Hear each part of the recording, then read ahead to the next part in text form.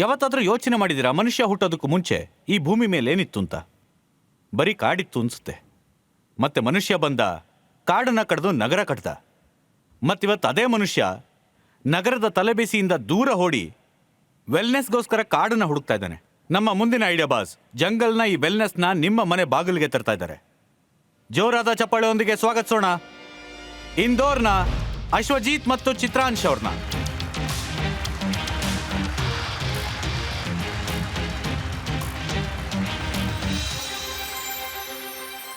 Hello hello, ನಮಸ್ಕಾರ. ನಮಸ್ಕಾರ.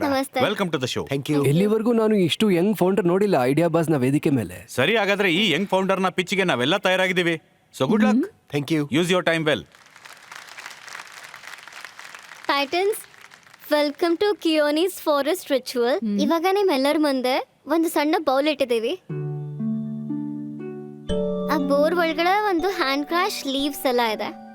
ಆ ಲೀವ್ಸ್ನ ನೀವು ನಿಮ್ಮ ಕೈಲಿ ಇಟ್ಕೊಳ್ಳಿ. ದಯವಿಟ್ಟು ಅದನ್ನ ಫೀಲ್ ಮಾಡಿ, ಅದನ್ನ ಅನುಭವಿಸಿ, ಅಂಡ್ ಪ್ಲೀಸ್ ಅದನ್ನ ಸ್ಮೆಲ್ ಮಾಡಿ.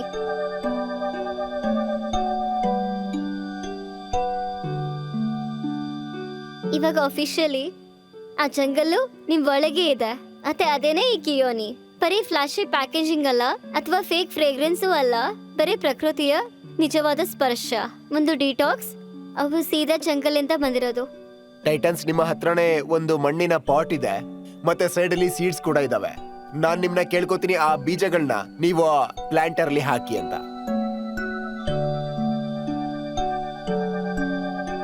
Congratulations titans, and welcome to our community of 40,000 trees. ಅಷ್ಟನ್ನು ನಾವು 8 ವರ್ಷದಲ್ಲಿ ಒಂದು ಬರಡು ಭೂಮಿನಲ್ಲಿ ನಟ್ಟಿದ್ದೀವಿ. ಮತ್ತೆ ಇವತ್ತು ಅದು ಒಂದು ಬಯೋಡೈವರ್ಸಿಟಿ ಅವಾರ್ಡೆಡ್ ಸೈಟ್. ಇವತ್ತಿನ ಜಗತ್ತಲ್ಲಿ ತುಂಬಾ ಸ್ಟ್ರೆಸ್ ಇದೆ, ಪೊಲ್ಯೂಷನ್ ಇದೆ, ಮತ್ತೆ ಸ್ಕಿನ್ ಕೇರ್ ಶೆಲ್ಸ್ ಬರೀ ಫೇಕ್ ಇದೆ. ಇವಾಗ ನಾವು ತಂದಿದ್ದೀವಿ ನಿಜವಾದ ವೆಲ್ನೆಸ್. ಫಾರೆಸ್ಟ್ ಇಂದ direct, plastic and guilt free, ಮತ್ತೆ ಕೆಮಿಕಲ್ಸ್ ಇಂದ ಫ್ರೀಡಮ್. ಹಾಗಿದ್ರೆ ಬನ್ನಿ ಇವಾಗ ನೋಡೋಣ ನಾವ್ ಯಾವ ಪ್ರಾಡಕ್ಟ್ಸ್ನ ಅಂದ್ರೆ ಅದು ಬರೀ ಸ್ಕಿನ್ ಅಷ್ಟೇ ನರಿಶ್ ಮಾಡಲ್ಲ, ಆದ್ರೆ ಭೂಮಿ ಮತ್ತೆ ಕಾಡನ್ನು ಸುರಕ್ಷಿತವಾಗಿಡುತ್ತೆ. ಪ್ರೆಸೆಂಟಿಂಗ್ ಕಿಯೋನಿ.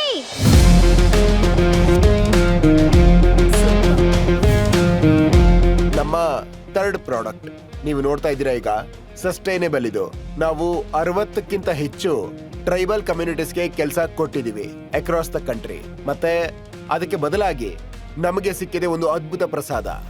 ಅದ್ಭುತ ಪ್ರಸಾದ ಏನು ಅಂತಂದ್ರೆ ನನ್ನ ಕೈಯಲ್ಲಿದೆ. ನಿಮ್ಮ ಮುಂದೆ ಜನಗಳು ಪ್ರತಿದಿನ ಪಿಚ್ ಮಾಡೋಕೆ ಬರ್ತಾ ಇರ್ತಾರೆ, ಎಲ್ಲರೂ ಇದೇ ಕತೆ ಹೇಳ್ತಾರೆ, ಪ್ಯೂರ್ ಇದೆ ಅಂತ. ಆದ್ರೆ ಇದು ಎಷ್ಟು ಪ್ಯೂರ್ ಇದೆ ಅಂದ್ರೆ ಹೇಗೆ ಹೇಳಲಿ ನಾನು. ಇದನ್ನ ನೀವು ತಿನ್ನಲೂಬಹುದು. ಆದ್ರೆ ಗಾಬರಿ ಆಗ್ಬೇಡಿ, ನಮ್ಮ ಹತ್ರ ಈಗಾಗ್ಲೇ ಇದೆ ಇದರ food licence. So titans, sustainable wellness team ಅಲ್ಲಿ ನಾವು ದೇಶ ವಿದೇಶದಲ್ಲಿ ಹೆಸರು ಮಾಡಬೇಕು ಅಂತ ಬಯಸ್ತೀವಿ.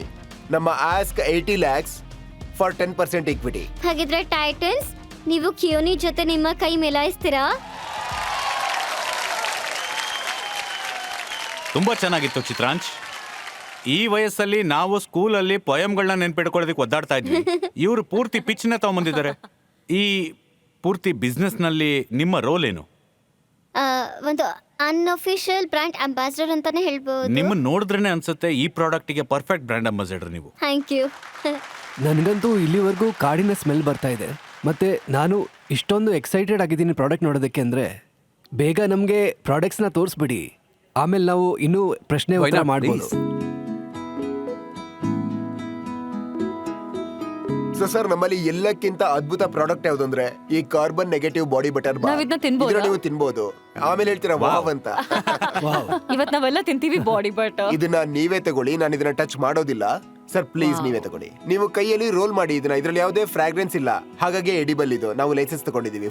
ಮತ್ತೆ ಇದು 100% ವೇಗನ್, ಒಂದು ಸಿಂಗಲ್ ಇಂಗ್ರೀಡಿಯೆಂಟ್ ಇಂದ ಮಾಡಿರೋದು. 40% ಡಿಗ್ರಿನಲ್ಲೂ ಕೂಡ ಮೆಲ್ಟ್ ಆಗೋದಿಲ್ಲ. ಸಾಕಷ್ಟು ಪ್ರಾಡಕ್ಟ್ಸ್ ನನಗೆ ಕಾಣಿಸ್ತಾ ಇದೆ ಮತ್ತು ಪ್ಯಾಕೇಜಿಂಗ್ ಕೂಡ ತುಂಬಾ ಚೆನ್ನಾಗಿದೆ, ನ್ಯಾಚುರಲ್ ವುಡ್ ಇಂದ ಮಾಡಿರುವಂತ. ಸರ್ ಇದು ಆಕ್ಚುಲಿ ರೀಕ್ಲೈನ್ ಫೈನ್ ಬೋರ್ಡ್. ಈ ವೇಸ್ಟ್ ವುಡ್ ಏನಿರುತ್ತೆ ನಾವೆಲ್ಲ ಗಿಫ್ಟ್ ಮಾಡ್ತೀವಲ್ವಾ, ಇದನ್ನ ತುಂಬಾ ಕಾರ್ಬನ್ ಅಟ್ಮಾಸ್ಫಿಯರ್ ಇಂದ ಸೀಕ್ವೆಸ್ಟೆಡ್ ರೋಸ್ಟಿಂಗ್ ಮಾಡಿರ್ತಾರೆ. ಇದ್ರ ಒಳಗಡೆ ನೀವು ನೋಡ್ತಾ ಇರೋದು, ಇದು ದೇವಸ್ಥಾನಗಳಲ್ಲಿ ತೆಂಗಿನಕಾಯಿ ಹೊಡಿತಾರಲ್ಲ, ಅದನ್ನ ರೀಜನರೇಟ್ ಮಾಡಿ ಈ ಫಿಲ್ಲಿಂಗ್ ಮೆಟೀರಿಯಲ್ ಯೂಸ್ ಮಾಡಿದೀವಿ. ಮತ್ತೆ ಇದು ಒಳಗಡೆ ಇರೋ ಪ್ರಾಡಕ್ಟ್ ಇದೆಯಲ್ಲ, ಇದು ತುಂಬಾನೇ ಅದ್ಭುತ ಪ್ರಾಡಕ್ಟ್. ಸೈಂಟಿಸ್ಟ್ ಜೊತೆ ಕೆಲಸ ಮಾಡ್ತೀವಿ ನಾವು. ಇದರಲ್ಲಿ ತುಂಬಾ ಮಾಡರ್ನ್ ಸೈನ್ಸ್, ಮಾಡರ್ನ್ ಟೆಕ್ನಾಲಜಿ ಕೂಡ ಯೂಸ್ ಮಾಡಿದೀವಿ ನಾವು. ಕೂತ್ಕೊಂಡು ಮಿಕ್ಕಿದ ಪ್ರೆಸೆಂಟೇಷನ್ ಅಲ್ಲಿ ನೋಡೋಣ.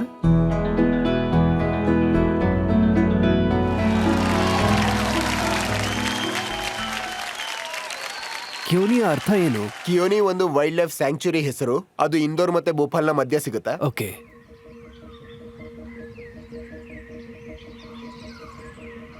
ಎಷ್ಟೋ ಸರಿ ನಾವು ಕಿಯೋನಿ ಕಾಡಿಗೆ ಹೋದಾಗ ಅಲ್ಲಿ ಬೆಂಕಿ ಬಿದ್ದಿರ್ತಿತ್ತು. ಅದನ್ನ ತಿಳ್ಕೊಂಡ್ವಿ. ಅಲ್ಲಿ ಇರೋ ಕಮ್ಯುನಿಟಿಗಳು ಏನಿದಾವೆ ಅವರಿಗೆ ಅಲ್ಲಿ ಹಣ್ಣುಗಳು ಬೇಕಾಗ್ತಿತ್ತು, ಹೊಟ್ಟೆಗೆ ಸರಿಯಾಗಿ ಊಟ ಸಿಗ್ತಾ ಇರಲಿಲ್ಲ. ಸೊ ಡಿಸ್ಟ್ರಾಕ್ಟ್ ಮಾಡೋಕೆ ಬೆಂಕಿ ಹಾಕ್ತಾ ಇದ್ರು ಕೋಪದಲ್ಲಿ.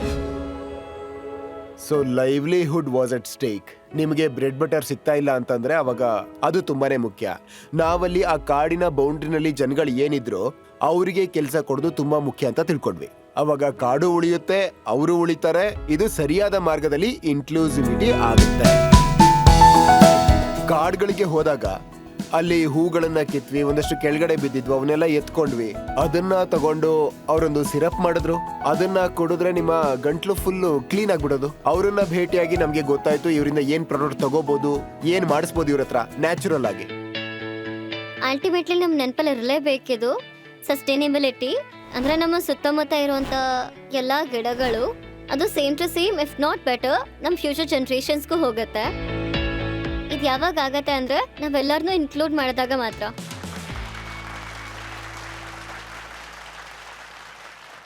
ನಾನು ಸ್ವತಃ ಉತ್ತರಾಖಂಡಲ್ಲಿರೋ ಫಾರೆಸ್ಟ್ ಪಕ್ಕ ಇರೋ ಊರಲ್ಲೇನೆ ಇರೋದು. ಸೊ ನೀವು ಈ ವಿಷಯನ ಸರಿಯಾಗಿ ಹೇಳಿದ್ರಿ. ಲೈಕ್ ಟ್ರೈಬಲ್ಸ್ನ ಇಂಟಿಗ್ರೇಟ್ ಮಾಡೋದು ತುಂಬಾನೇ ಇಂಪಾರ್ಟೆಂಟ್. ಸರ್ ನಾನು ಒಂದ್ ಹೇಳಕ್ ಇಷ್ಟಪಡ್ತೀನಿ ಏನಂದ್ರೆ ಈಗ್ಲೂ ನನ್ನ ಕೈ ಸಾಫ್ಟ್ ಮತ್ತೆ ಸ್ಮೂತ್ ಆಗಿದೆ, ಆ ಫೀಲ್ ಇದೆ. ಸೊ ಕ್ಲಿಯರ್ಲಿ ಇದು ಒಳ್ಳೆ ಪ್ರಾಡಕ್ಟ್ ಅಂತ ಕಾಣಿಸ್ತಾ ಇದೆ. ನೀವ್ ಇದುವರೆಗೂ ಅದಕ್ಕೆ ಎಷ್ಟು ದುಡ್ಡು ಹಾಕಿದಿರಾ? ಟೋಟಲ್ 2.5 ವರ್ಷದಲ್ಲಿ ಅರೌಂಡ್ 2.4. ಯಾ ನಿಮ್ ಸೇವಿಂಗ್ಸ್ ನೀವ್ ಹಾಕಿರೋದ ಏನು? ಹಾ ಹೌದು, ನನ್ನ ಸೇವಿಂಗ್ಸ್. ಈ ದುಡ್ಡೆಲ್ಲ ಎಲ್ಲಿಂದ ಬಂತು ಅಂತ ನೀವೇನಾದ್ರೂ ಹೇಳ್ಬಹುದಾ? ಮುಂಚೆ ನಾನು ಕೆಲಸ ಮಾಡ್ತಾ ಇದ್ದಾಗ ಅದ್ರದ್ದು ಸ್ವಲ್ಪ ಸೇವಿಂಗ್ಸ್ ಇತ್ತು. ಆಮೇಲೆ ಅದಕ್ಕಿಂತ ಮುಂಚೆ ನಮ್ದು ಒಂದು ಚಿಕ್ಕ ಬಿಸ್ನೆಸ್ ಇತ್ತು, ವೆಲ್ನೆಸ್ ಔಟ್ಲೆಟ್ ಮ್ಯಾನೇಜ್ ಮಾಡೋದಕ್ಕೆ. ಸೊ ಆ ಒಂದು ಬಿಸ್ನೆಸ್ ನ ನಾವು ಆಟೋ ಮೋಡ್ ಮಾಡಿ ನನ್ನ ವೈಫ್ ನೋಡ್ಕೋತಾಳೆ. ಸ್ವಲ್ಪ ಸೇವಿಂಗ್ಸ್ ಅಲ್ಲಿಂದ ಬಂತು, ಸ್ವಲ್ಪ ಸಪೋರ್ಟ್ ಅಲ್ಲಿಂದ ಬಂದಿದೆ, ಸ್ವಲ್ಪ ಸ್ಯಾಲರಿ ಸಿಕ್ಕಿದೆ ಅಲ್ಲಿಂದ. ಸೊ ಈ ರೀತಿಯಾಗಿ ನನಗೆ ಸಪೋರ್ಟ್ ಸಿಕ್ಕಿದೆ. ಅಶ್ವಜಿತ್, ನಿಮ್ ಪ್ರಾಡಕ್ಟ್ಸ್ ನ ಎಲ್ಲೆಲ್ಲಿ ನೋಡ್ಬೋದು ನಾವು? ಇವತ್ತಿನ ದಿನಗಳಲ್ಲಿ ನಾವು ಪಾರ್ಕ್ ಹೋಟೆಲ್ಸ್ಗೆ ಸಪ್ಲೈ ಮಾಡ್ತೀವಿ, ಕೆಲವು ಮ್ಯಾರೇಟ್ ಹೋಟೆಲ್ಸ್ಗೆ ಕಳಿಸ್ತೀವಿ, ರಾಫಲ್ಸ್ ಇದಾವೆ, ಇದೇ ರೀತಿ ತುಂಬಾ ಹೋಟೆಲ್ಸ್ ಇದಾವೆ, ಅವರಿಗೆಲ್ಲ ಸಪ್ಲೈ ಮಾಡಿದೀವಿ. ಸ್ವಲ್ಪ ಪ್ರೈಸಿಂಗ್ ಬಗ್ಗೆ ನೀವು ಹೇಳಿ. ಅಂದ್ರೆ ನೀವು ಪೊಸಿಷನಿಂಗ್ ಏನ್ ಇಡಬೇಕು ಅಂತಿದ್ದೀರಾ ಮಾರ್ಕೆಟ್ ನಲ್ಲಿ, ಮತ್ತೆ ಯಾವ ಕನ್ಸ್ಯೂಮರ್ ನಿಮ್ಮ ಪ್ರಾಡಕ್ಟ್ ನ ಖರೀದಿ ಮಾಡಬೇಕು ಅದ್ರ ಬಗ್ಗೆ ಸ್ವಲ್ಪ ಹೇಳಿ. 500 ರೂಪಾಯಿಂದ ಹಿಡಿದು 2,000 ರೂಪಾಯಿವರೆಗೂ, 2,500ವರೆಗೂ. ಸೊ ಕೆಲವೊಂದು ಪ್ರಾಡಕ್ಟ್ಗಳು ಮಾರ್ಕೆಟ್ ಅಲ್ಲಿ ತುಂಬಾ ಹೊಸವು, ಆ ತರದ ಪ್ರಾಡಕ್ಟ್ಗಳು ಅವೈಲೇಬಲ್ ಇರಲಿಲ್ಲ. ನೀವು ಇಮ್ಯಾಜಿನ್ ಮಾಡ್ಕೊಳ್ಳಿ, ಆ ಒಂದು ಮಾಯಿಶ್ಚರೈಸರ್ ಏನಿದೆ ಅದು ನಿಮ್ಮ ಸ್ಕಿನ್ ನ ಮೈಕ್ರೋ ಡೈವರ್ಸಿಟಿ ಇನ್ಹಾನ್ಸ್ ಮಾಡುತ್ತೆ. ಫಿನ್ಲ್ಯಾಂಡ್ ಇಂದ ಬಂದಿರೋ ಇಂಗ್ರೀಡಿಯೆಂಟ್ ಅಲ್ಲಿ 700+ ಬೆನಿಫಿಷಿಯರಿ ಬ್ಯಾಕ್ಟೀರಿಯಾಸ್ ಇದಾವೆ 1 ಗ್ರಾಮ್ ಅಲ್ಲಿ. ನಾವು 2 ಗ್ರಾಮ್ ಯೂಸ್ ಮಾಡಿದೀವಿ, ಯಾಕಂದ್ರೆ ನಮ್ಮ ಒಂದು ಈಥೋಸ್ ಏನಿದಾವೆ ಅದೇನಂದ್ರೆ ನಮ್ಮ ಸಸ್ಟೈನಬಿಲಿಟಿ ಇದೆ. ಸೊ ನಾವು ಯಾವುದೇ ಇಂಗ್ರೀಡಿಯೆಂಟ್ ನ ಯೂಸ್ ಮಾಡಿಲ್ಲ. ಆದ್ರೆ ಈಗ ನಾವು ಯಾವ ಸ್ಟೇಜ್ ಅಲ್ಲಿ ಇದೀವಿ ಅಂತಂದ್ರೆ ಪ್ರೀಮಿಯಂ ಇಂದ ಮಾಸ್ ಪ್ರೀಮಿಯಂ ಸೆಗ್ಮೆಂಟ್ ಏನಿದೆ ಅದನ್ನ ನಾವಲ್ಲಿ ಕ್ಯಾಪ್ಚರ್ ಮಾಡೋಕೆ ಟ್ರೈ ಮಾಡ್ತೀವಿ. ನೀವು ಇದನ್ನ ಯಾಕೆ ಶಿಫ್ಟ್ ಮಾಡ್ತಾ ಇಲ್ಲ? ಕೆಲವೊಂದು ಪ್ರೀಮಿಯಂ ಮೇಲೆ ಇರ್ತವೆ, ಕೆಲವೊಂದು ಮಾಸ್ ಪ್ರೀಮಿಯಂ ಮೇಲೆ. ಹಾಗಾಗಿ ಇದನ್ನ ನಾವು ಪೆನಿಟ್ರೇಷನ್ ಮಾಡ್ಬೇಕಂತ. ನೀವು ಪೇಸ್ಟೇ ಮಾಡಲ್ಲ, ಟ್ರೈಯೇ ಮಾಡಲ್ಲ ಅಂತಂದ್ರೆ ಈ ಪ್ರಾಡಕ್ಟ್ ಹೇಗಿದೆ ಅಂತ ನಿಮ್ಗೆ ಹೇಗೆ ಗೊತ್ತಾಗುತ್ತೆ? ಯಾಕಂದ್ರೆ ಕೆಲವೊಂದು ಪ್ರಾಡಕ್ಟ್ಸ್ ತುಂಬಾ ಹೊಸವು. ಸಿ ಪ್ರೈಸಿಂಗ್ ಅಲ್ವಾ is a consequence of go to market strategy. ನಿಮಗೆ ನಿಮ್ ಕಸ್ಟಮರ್ ಯಾರು ಅಂತ ನಿಮಗೆ ಗೊತ್ತಾಗಿದ್ರೆ ಅವರು ಎಷ್ಟು ದುಡ್ಡನ್ನ ಕೊಡ್ತಾರ ಅಥವಾ ಕೊಡಲ್ವಾ, ನಿಮಗೆ ಅವಾಗ ಪ್ರೈಸಿಂಗ್ ನ ಆ ಕಡೆ ಈ ಕಡೆ ಮಾಡೋದಕ್ಕೆ ಚೇಂಜ್ ಮಾಡೋದಕ್ಕೆ ಅಷ್ಟೊಂದು ಅವಶ್ಯಕತೆ ಬರಲ್ಲ ಅಲ್ವಾ? ಸಂದೇಶ್ ಅವರೇ, ನೀವು ಇಂಡೋರ್ ಇಂದ ಇದ್ದಾರೆ, ಇವರು ನಿಮ್ಮ ನೆರೆಹೊರೆಯವರು ಬಂದಿದ್ದಾರೆ. ದೊಡ್ಡವ್ರು ಬಂದ್ಬಿಡ್ಲಿ, ಆಮೇಲೆ ನಮ್ಮಂತ ಚಿಕ್ಕವ್ರು ಬಂದ್ಬಿಡ್ತಾರೆ ಅಲ್ವಾ? Best for last. ನಾನು ಡೈರೆಕ್ಟ್ ಆಗಿ ಮ್ಯಾಟ್ರಿಗೆ ಬರ್ತೀನಿ. ಮೊದಲನೇದಾಗಿ ಈ ವೆಲ್ನೆಸ್ ಪ್ರಾಡಕ್ಟ್ ಏನಿದೆಯಲ್ಲ, ನೀವು ಎಷ್ಟು ವೆಲ್ನೆಸ್ ನ ಆಪರೇಟ್ ಮಾಡ್ತಾ ಇದೀರಿ ಈಗ? ಅದು ಅರೌಂಡ್ 15 ಇದೆ. ಅದೆಲ್ಲ ನಿಮ್ಮ ಸ್ವಂತದ್ದೇನಾ? ಹೌದು, ಪ್ರಾಫಿಟ್ ಮೇಕಿಂಗ್ ಇರ್ಬೋದೇನೋ. ಆ ಬಿಸ್ನೆಸ್ ಬೇರೆ, ಈ ಬಿಸ್ನೆಸ್ ಬೇರೆ. ನೀವು ಈ ಬಿಸ್ನೆಸ್ ಇಂದ ಆ ಬಿಸ್ನೆಸ್ ಸಪ್ಲೈ ಮಾಡ್ತಿದ್ದೀರಾ? ಕೆಲವೊಂದು ಸೆಂಟರ್ ಗಳಲ್ಲಿ ಡಿಸ್ಪ್ಲೇ ಮಾಡಿದ್ವಿ, ಅವ್ರು ಯೂಸ್ ಕೂಡ ಮಾಡ್ತಾ ಇದ್ರೆ. ಹೌದು, ಖಂಡಿತ. ಆ ಒಟ್ಟು 15 ಸೆಂಟರ್ ಅಲ್ಲಿ ಮತ್ತೆ ನಿಮ್ಮ 8 ರಿಂದ 10 ಲಕ್ಷ ಸೇಲ್ಸ್ ಇದೆಯಲ್ಲ, ಇದರಲ್ಲಿ ನಿಮ್ಮ ಸೆಂಟರ್ಗಳ ಎಷ್ಟು ಪರ್ಸೆಂಟೇಜ್ ಸೇಲ್ಸ್ ವೈಸ್? ತುಂಬಾ ಕಡಿಮೆ ಇದೆ. ಈಗ ನಾನು ಅನ್ಕೋತೀನಿ ಅಲ್ಲಿ 50,000ದಿಂದ 80,000ವರೆಗೂ ಸೇಲ್ ಆಗುತ್ತೆ ಅಂತ. ಸರ್, ನನಗೆ ತುಂಬಾ ದೊಡ್ಡ ಚಾಲೆಂಜ್ ಏನಪ್ಪಾ ಅಂದ್ರೆ, ಎಲ್ಲಿ ನಿಮ್ಮ ಸ್ವಂತ ಕಂಟ್ರೋಲ್ ಇದೆಯೋ, ಅಂದ್ರೆ 15 ರಿಟೇಲ್ ಸ್ಪಾ ಸೆಂಟರ್ ಇದಾವೋ, ಅಲ್ಲೇ ನೀವು ಸೇಲ್ ಮಾಡಕ್ ಆಗ್ಲಿಲ್ಲ ಅಂದ್ರೆ ಹಾಗಾದ್ರೆ ಹೊರಗಡೆ ಸೇಲ್ ಮಾಡ್ತೀರಾ ನೀವು? ಅಶ್ವದೀಪ್, ಒಂದು ವಿಷಯ ತುಂಬಾನೇ ಇಂಪಾರ್ಟೆಂಟ್ ಇಸ್, ನೀವು ಇಮಿಡಿಯೇಟ್ ಪ್ರಾಫಿಟ್ ಬಗ್ಗೆ ಯೋಚನೆ ಮಾಡ್ತಿರೋ ಇಲ್ವೋ, ಡೈರೆಕ್ಷನ್ ಅವಶ್ಯಕತೆ ಇದೆ ನಿಮ್ ಬಿಸ್ನೆಸ್. ಮತ್ತು ಇವತ್ತು ಇಲ್ಲಿ ಕೂತಿರೋ ಟೈಟನ್ಸ್ ಇಂದ ನೀವು ದುಡ್ಡನ್ನ ಕೇಳ್ತಾ ಇದ್ದೀರಾ. ನೀವು ಈ ದುಡ್ಡನ್ನ ತಗೊಂಡು ಎಲ್ಲಿ ಇನ್ವೆಸ್ಟ್ ಮಾಡ್ತೀರಾ, ಎಲ್ಲಿ ನಿವೇಶನವನ್ನ ಮಾಡ್ತೀರಾ? ನಮ್ಮ ಜಾಸ್ತಿ ದುಡ್ಡು ಹೋಗೋದಿಲ್ಲ ಅಂದ್ರೆ ಸೋಷಿಯಲ್ ಮೀಡಿಯಾ ಮಾರ್ಕೆಟಿಂಗ್ ಅಲ್ಲಿ ಸರಿಯಾದ ರೀತಿನಲ್ಲಿ. ಇನ್ನೊಂದು, ನಾವು ರಿಸೋರ್ಸ್ ನ ಹೈರ್ ಮಾಡಬೇಕು, ಸೀನಿಯರ್ ರಿಸೋರ್ಸ್ ಗಳನ್ನ. ಅವರಿಗೆ ಸೋಷಿಯಲ್ ಮೀಡಿಯಾ ಚೆನ್ನಾಗಿ ಗೊತ್ತಿರಬೇಕು, ಅವ್ರನ್ನ ನಾವು ಐಡೆಂಟಿಫೈ ಮಾಡಿದೀವಿ. ಸರಿ, ಹಾಗಾದ್ರೆ ಮಾರ್ಕೆಟ್ ಡಿಮ್ಯಾಂಡ್ ಎಷ್ಟಿದೆ ನೋಡೋಣ. ನಿಮಗೆ ಪೂರ್ತಿ ವಿಷಯ ಗೊತ್ತಾಗಿದೆ. ಈ ಪ್ರಾಡಕ್ಟ್ ಬಗ್ಗೆ, ಕಾಡಿನ ಬಗ್ಗೆ ಏನು ಯೋಚನೆ ಮಾಡಿದ್ದಾರೆ, ನೇಚರ್ ಬಗ್ಗೆ ಏನು ಯೋಚನೆ ಮಾಡಿದ್ದಾರೆ, ಮತ್ತೆ ಯಾವ ರೀತಿ ಪ್ರಾಡಕ್ಟ್ ನ ನಿಮ್ಮ ಮುಂದೆ ತಂದಿದ್ದಾರೆ ಅಂತ. ಸೊ ಆಡಿಯನ್ಸ್ ವೋಟಿಂಗ್ ಮೀಟರ್ ನಿಮ್ಮ ಹತ್ರ ಇದೆ. ಸೊ SR ಬಟನ್ ಒತ್ತೋದ್ರ ಮೂಲಕ ನಮಗೆ ಹೇಳಿ, ಈ ಪ್ರಾಡಕ್ಟ್ ನ ಮಾರ್ಕೆಟ್ ಡಿಮ್ಯಾಂಡ್ ನಿಮ್ಮ ಪ್ರಕಾರ ಎಷ್ಟಿದೆ ಅಂತ. ನಿಮ್ಮ ಸಮಯ ಶುರುವಾಗುತ್ತೆ ಈಗ.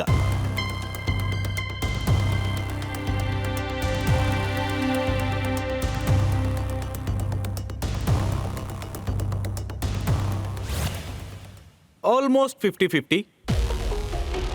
41% ಜನಕ್ಕೆ ಅನ್ಸುತ್ತೆ ಈ ಪ್ರಾಡಕ್ಟ್ನ ಡಿಮ್ಯಾಂಡ್ ಇದೆ ಅಂತ, ಮತ್ತೆ 59% ಜನಕ್ಕೆ ಅನ್ಸುತ್ತೆ ಇದಿಲ್ದೆಲೇನೂ ಜೀವನ ಆರಾಮಾಗಿದೆ ಅಂತ. ಟೈಟನ್ಸ್ ಇಂದ ಏನು ಎಕ್ಸ್ಪೆಕ್ಟ್ ಮಾಡ್ತೀರಾ? What is your ask? So ನಾವೇನ್ ವ್ಯಾಲ್ಯೂಯೇಷನ್ ಮಾಡಿದ್ವಿ ಅದ್ರ ಪ್ರಕಾರ ನಾನು ಯೋಚಿಸ್ತಿದ್ದೀನಿ 80 lakhs ಫಾರ್ 10% ಈಕ್ವಿಟಿ.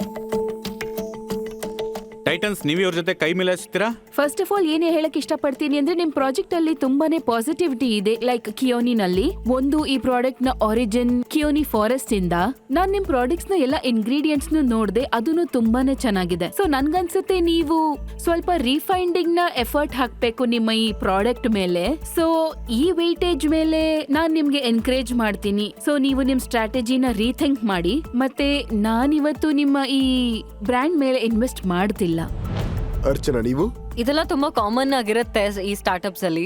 ನೀವ್ ಎಲ್ಲೋ ಒಂದ್ ಕಡೆ ಹೋಗ್ಬೇಕು ಅಂತ ಹೋಗ್ತಾ ಇರ್ತೀರಾ, ಅವಾಗ ಮಾರ್ಕೆಟ್ ಅಲ್ಲಿ ಏನಾಗ್ತಿದೆ ಅಂತಾನು ನೋಡ್ತಿರ್ತೀರಾ. ಅವಾಗ ಏನೋ ಆಗುತ್ತೆ, ನೀವು ಅದನ್ನ ಸರಿ ಮಾಡಕ್ ನೋಡ್ತಾನೆ ಇರ್ತೀರಾ. ಇದು ತುಂಬಾನೇ ಇಂಪಾರ್ಟೆಂಟ್ ಜರ್ನಿ ಆಗಿರತ್ತೆ ಒಬ್ಬ ಫೌಂಡರ್ ಇದ್ದು. ಸೊ ನನಗನ್ಸುತ್ತೆ ನಾನ್ ನಿಮ್ಗೆ ಹೆಲ್ಪ್ ಮಾಡ್ಬೋದು ಅಂತ. ಎಸ್ಪೆಷಲಿ ನಿಮ್ಮ ಡಿಜಿಟಲ್ ಇದೆಯಲ್ಲ, ನಿಮ್ಮ ಮಾರ್ಕೆಟಿಂಗು ನಿಮಗೆ ಇಷ್ಟ ಇರೋದು, ಅಲ್ಲಿ ನಾನು ನಿಮ್ಗೆ ಆಕ್ಟಿವ್ಲಿ ಹೆಲ್ಪ್ ಮಾಡಬಹುದು. ಆದ್ರೆ ಇನ್ವೆಸ್ಟ್ಮೆಂಟಿಗೆ ನೀವು ನನಗೆ ಸ್ವಲ್ಪ ಅರ್ಲಿ ಇದ್ದೀರಾ ಅನ್ಸುತ್ತೆ. ಆದ್ರೆ ಮಾರ್ಕೆಟಿಂಗ್ ಅಲ್ಲಿ ನೀವು definitely work with you and help you get that stand. ನೀವು ಡೈರೆಕ್ಷನ್ ಏನ್ ತಗೋತಾ ಇದ್ದೀರಲ್ಲ, ಅದೇ ನಿಮ್ಮ 15 ಸ್ಟೋರ್ಸ್ ಏನಿದಾವೆ ಅದನ್ನ ನಿಮ್ಮ ವೈಫ್ ಮ್ಯಾನೇಜ್ ಮಾಡ್ತಿದಾರಲ್ಲ, ಅಲ್ಲಿ ಕರೆಂಟ್ ಸೇಲ್ಸ್ ಎಷ್ಟಿದೆಯೋ ಅದರ 50% ಇದ್ರೆ ಒಂದು ಪ್ರೂಫ್ ಆಫ್ ಕಾನ್ಸೆಪ್ಟ್ ಇರುತ್ತೆ. ಅವತ್ತು ನಾನು ಇಂದೋರ್ಗೆ ಬಂದು ಹೋಗಿ ಮಾಡ್ತಾ ಇರ್ತೀನಿ. ಅವತ್ತು ನಾನು ಅಷ್ಟು ಪೊಟೆನ್ಷಿಯಲ್ ಇದ್ರೆ definitely I am willing to work with you. ಆದ್ರೆ ಇವತ್ತು ನಾನು ನಿಮ್ಮ ಜೊತೆ ಕೈ ಜೋಡ್ಸೋಕ್ಕಾಗಲ್ಲ ಅಷ್ಟೇ. Thank you. ಸೊ ಡೆಫಿನೆಟ್ಲಿ ನೀವು ಇಲ್ಲಿಂದ ಏನಾದರೂ ಒಂದು ತೊಗೊಂಡು ಹೋಗಬೇಕು. ನೀವು ಹೇಳಿದಾಗೆ ನಮ್ಮದು ಒಂದು ಗಿಫ್ಟಿಂಗ್ ಕಂಪ್ನಿ ಕೂಡ ಇದೆ. ನಾನು ಡೆಫಿನೆಟ್ಲಿ ನನ್ನ ಗಿಫ್ಟಿಂಗ್ ಆರ್ಡರ್ನ ನಿಮಗೆ ಖಂಡಿತ ಕೊಡ್ತೀರಿ. ನಮ್ಮ ಗಿಫ್ಟಿಂಗ್ ಕಂಪ್ನಿಲಿ ನಿಮ್ಮ ಪ್ರಾಡಕ್ಟ್ಸ್ನ ಡಿಸ್ಪ್ಲೇ ಮಾಡ್ಬೋದು. ಮತ್ತು ನಾವು ಯಾವುದೇ ರೀತಿಯಲ್ಲಿ ನಿಮ್ಮ ಪ್ರಾಡಕ್ಟ್ನ ಮುಂದೆ ತೊಗೊಂಡು ಹೋಗಬೇಕು ಅಂದರೆ ಖಂಡಿತವಾಗ್ಲೂ ನಾವು ನಿಮಗೆ ಸಹಾಯ ಮಾಡ್ತೀವಿ. ಆದರೆ ಸದ್ಯಕ್ಕೆ ನಾನು ಹಣದ ರೂಪದಲ್ಲಿ ನಿಮ್ಮಲ್ಲಿ ನಿವೇಶನವನ್ನು ಮಾಡೋಕ್ಕಾಗೋದಿಲ್ಲ. Thank you so much. ನಾನು ಒಂದ್ಸಲ ಚಿತ್ರಾಂಶ್ ಬಗ್ಗೆನೂ ಕೂಡ ಹೇಳ್ಬೇಕು ಅಂತ ಇಷ್ಟಪಡ್ತೀನಿ. ಇಷ್ಟು ಚಿಕ್ಕ ಏಜಲ್ಲಿ ಇವರು ಇಷ್ಟೊಂದು ಕಾನ್ಫಿಡೆನ್ಸ್ ಇಟ್ಕೊಂಡು ಇಲ್ಲಿರೋರ್ಗೆಲ್ಲ ಬಿಸ್ನೆಸ್ ಬಗ್ಗೆ ಹೇಳ್ತಿದ್ರು.